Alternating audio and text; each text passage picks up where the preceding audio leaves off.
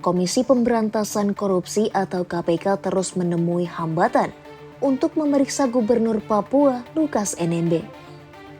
Hal ini karena NMB tidak kooperatif saat diminta menghadiri pengadilan pemeriksaan di Gedung Merah Putih KPK, Jakarta. Selain itu, massa pendukungnya juga melakukan unjuk rasa di Koya Tengah, Distrik Muara Tami, Kota Jayapura, Papua. Sebelumnya, KPK telah menetapkan Gubernur Papua Lukas NMB sebagai tersangka dugaan gratifikasi pada Senin 5 September 2022. KPK menduga NMB menerima 1 miliar rupiah terkait proyek di pemerintah Provinsi Papua. Pusat Pelaporan dan Analisis Transaksi Keuangan atau PPATK membongkar dugaan penyimpanan dan pengelolaan uang Lukas NMB yang dinilai tidak wajar. Salah satu dari 12 temuan PPATK adalah setoran tunai dari NMB yang diduga mengalir ke kasino judi dengan nilai 560 miliar rupiah. Kuasa hukum Lukas Roy Renin menuding KPK melakukan kriminalisasi dan menjadikan Lukas sebagai target operasi.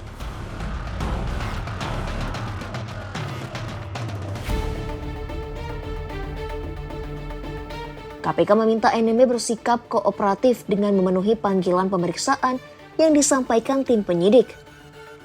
Penyidik sendiri telah mengirimkan surat panggilan kepada NMB pada 7 dan 12 September, namun NMB tak hadir.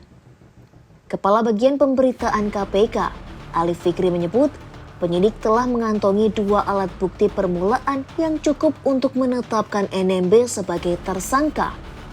Ia juga menepis tudingan yang menyatakan proses hukum terhadap Lukas merupakan kriminalisasi.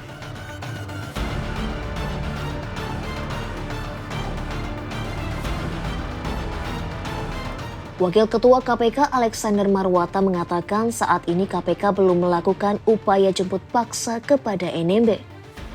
Alex menyebut KPK tidak memaksakan penjemputan paksa mengingat kondisi di Papua. Sebab saat ini kediaman NMB dijaga oleh ratusan pendukungnya. KPK juga menyebut tidak ingin adanya pertumpahan darah atau kerusuhan dari penjemputan paksa itu.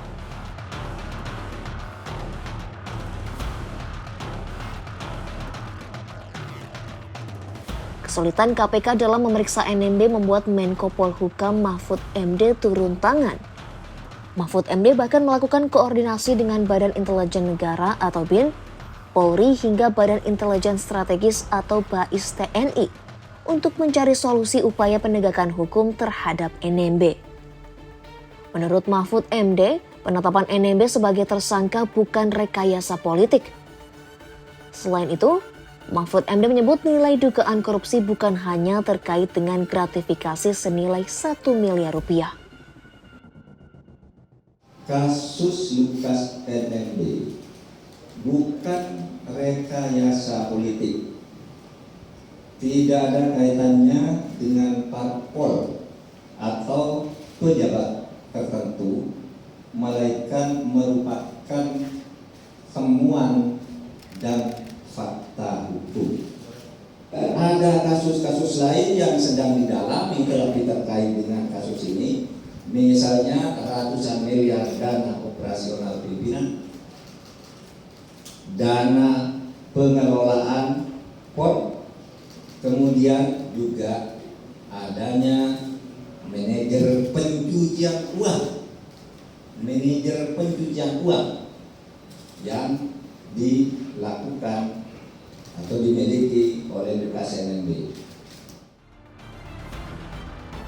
Mahfud juga meminta NMB mengikuti proses hukum dan memenuhi panggilan pemeriksaan KPK. Selain itu, Mahfud MD menjamin jika KPK tak memiliki cukup bukti, NMB akan dilepas.